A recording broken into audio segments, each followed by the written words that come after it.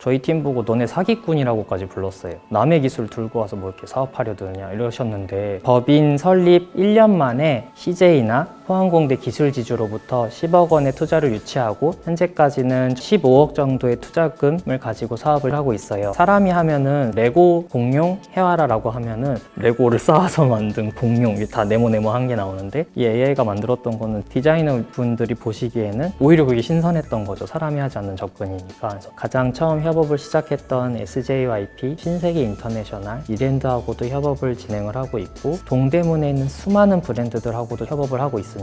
안녕하세요. 디자인 인공지능 기술을 연구하고 있는 디자인오블의 공동대표 신기영입니다.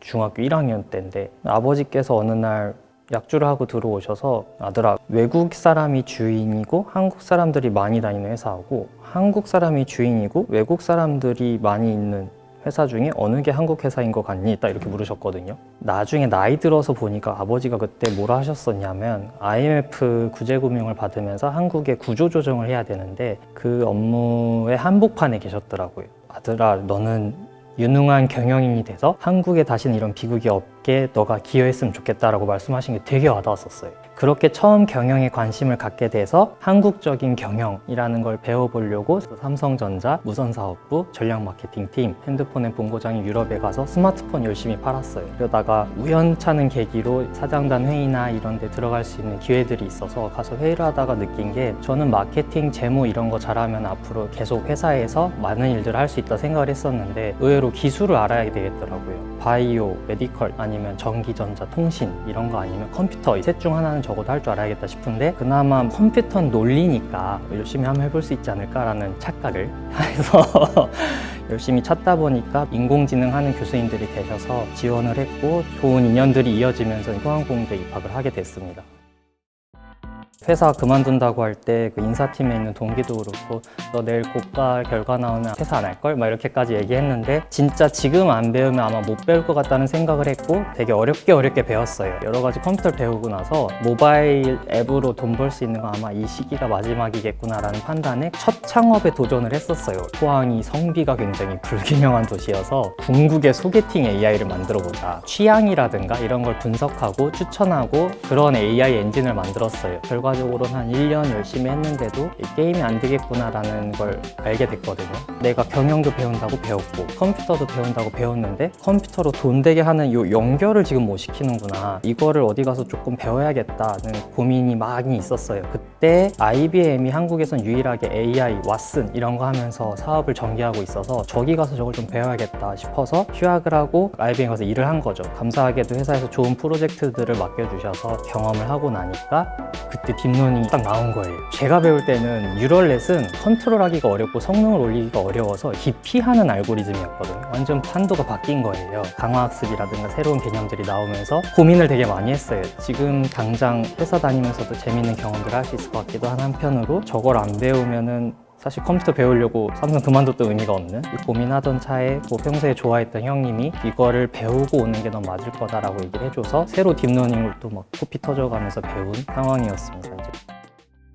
그렇게 배우다 보니까 기술력이 좋은 분들하고 같이 해야겠다는 고민이 있었어요. 감사하게도 같은 연구실에 이 사업 같은 걸 좀 열심히 머리 잘 돌아가는 친구가 있었으면 좋을 텐데 하는 생각을 하는 연구실 선배가 계셨고, 2007년 학부 때부터 계속 뉴럴넷만 연구하던 친구가 있었어요. 이렇게 3명이서 같이 창업을 시작을 하게 되었거든요. 창업 아이디어를 고민을 할 때 저희는 막 아이디어가 샘솟기보다는 리서치를 엄청 열심히 했던 케이스였어요. 이미 패션이나 디자인 쪽 AI 기술들이 막 사업화 하려고 시작을 하거나, 거대한 기업들이 스타트업이 하는 걸 보고 돈 되겠다 싶으니까 뛰어들거나, 요 타이밍이었어요. 저희가 제일 주목했던 거는 스티치픽스라는 미국에 있는 스타트업이었는데, 이미 상장해서 기업 가치가 4조 원이 넘는 이런 회사였는데, 우리는 그 스티치픽스가 했던 그 기술 파트를 집중을 해야겠다. 저희가 만들고 한 6개월쯤 지나니까 아마존도 이거 하겠다고 딱 천명을 하더라고요. 근데 보통 아마존이 경쟁자들하고 확실히 선을 그으면서 치고 나갈 때 언론을 딱 발표를 하는데 유일하게 그때 앞으로 이런 패션 디자인 AI를 하려고 한다라고 언론에 나왔었어요. 이거는 지금부터 우리가 시작해도 충분히 경쟁할 수 있고 심지어 앞서갈 수도 있겠다. 왜냐하면 옷이 나라마다 지역마다 굉장히 다르기 때문에 아시아 쪽은 이 사람들이 연구 안 하고 있을 거란 말이에요. 그러면 분명히 기술로 할 때는 창업 기회가 맞잖아요. 그렇게 시작을 하게 된 케이스였습니다. 예전에는 디자인을 생성하는 힘 자체가 디자이너한테만 있었던 거예요. 뭐가 잘 될지 모르니까 디자이너분들이 좋은 영감을 많이 얻기 위해서 핀터레스트 이런 데만 돌아다니시면서 디자인 작업을 엄청 많이 한 다음에 MD분들이 이 중에서 잘 될 것 같은 걸 직관에 의존해서 뽑으시면은 사이클이 돌아갔던 게 패션의 시즌이라는 개념이었는데 저희는 이 시즌의 개념은 그대로 유지를 하는데 하는 순서를 바꾸자였어요. 결국 좋은 디자인을 MD분이 보시면 되는 거니까 AI한테 데이터를 많이 학습을 시켜서 좋은 디자인을 생성을 아예 시킨 거예요. 그러면은 MD분이 디자인을 먼저 보시고 요런 애들이 괜찮을 것 같다라고 골라주시면 디자이너 분들이 이거에 대한 디테일만 조금 더 작업을 해주셔서 샘플로 가는 이렇게 작업 방식을 순서를 조금 바꾸면서 효율적으로 더 빨리 많이 싸게 할 수 있는 게 차이점이었습니다. 패션 분야, 디자인 분야 이런 데가 사실 상위에 계신 명품 브랜드 같은 곳들의 역할이 되게 중요해요. 그분들이 정의한 트렌드가 결국은 그 해의 트렌드가 되기도 하고 그분들이 선택한 소재가 한 해를 아우르는 소재가 되기도 하거든요. 이게 정의되는 게 우리가 옷 사기 아무리 늦어도 6개월 전이에요. 그러면 그 이후에 지나다니면서 보게 되는 심지어 백화점에 있는 브랜드들도 이 일은 AI도 같이 도와줄 수 있겠다라고 생각을 했던 거고 우리나라 패션 시장이 45조 이렇게 말씀하고 계신데 그중에 동대문 시장에서 가져가는 것만 17조예요. AI가 충분히 도와드릴 수 있는 것들이 많겠다 생각하다가 한섬에 SJYP하고 처음 협업을 할 수 있게 되었죠. SJYP라는 브랜드는 창립하신 분들이 영국에서 공부하시고 해외 유명한 브랜드 수석 디자이너를 맡기도 하시고 스티브 제이, 유니피라는 디자이너 부부세요. AI라는 것도 패션에 한번 들어올 수 있지 않을까라고 생각하시던 차에 저희가 디자인 AI가 있습니다 이러면서 막 얘기하다가 여기를 가게 된 거죠. 처음에는 갭이 어디에 있었던 거냐면 디자이너 분들은 자기들이 못하는 일을 AI가 대신해줬으면 하고 생각을 하셨던 거예요. AI가 사람이 하고 있는 일을 대신하는 거니까 이 갭을 줄이는 게 되게 중요하구나. 그렇게 선택된 것 중에 하나가 캐릭터가 있을 때 매해 이 캐릭터를 조금씩 바꿔서 디자인을 해야 이 사람들이 사는데 한번 해보겠습니다. 그건 할 수 있을 것 같아요 했고 공룡이라는 이 디노 캐릭터를 살려달라. 디자이너블 디노 뭐 이름도 비슷하니까 애착도 생기고 해서 되게 열심히 했어요. 공룡으로 막 만들어갔는데 이거는 색이 너무 어둡고 이런 거는 실제로 만들 수 없고 막 이런 과정들을 겪다 보니 저 타일 모양으로 나온 게 이쁘네요 하고 선택된 디자인들이 몇 개 있었어요. 그 레고 느낌도 몇 개 들어갔었는데 그게 마음에 드신 거예요. 그래서 이걸로 더 해달라 해서 좋아요 해서 한 번 더 만들어 드리고 이게 한 달 동안 이렇게 사이클이 돈 거예요.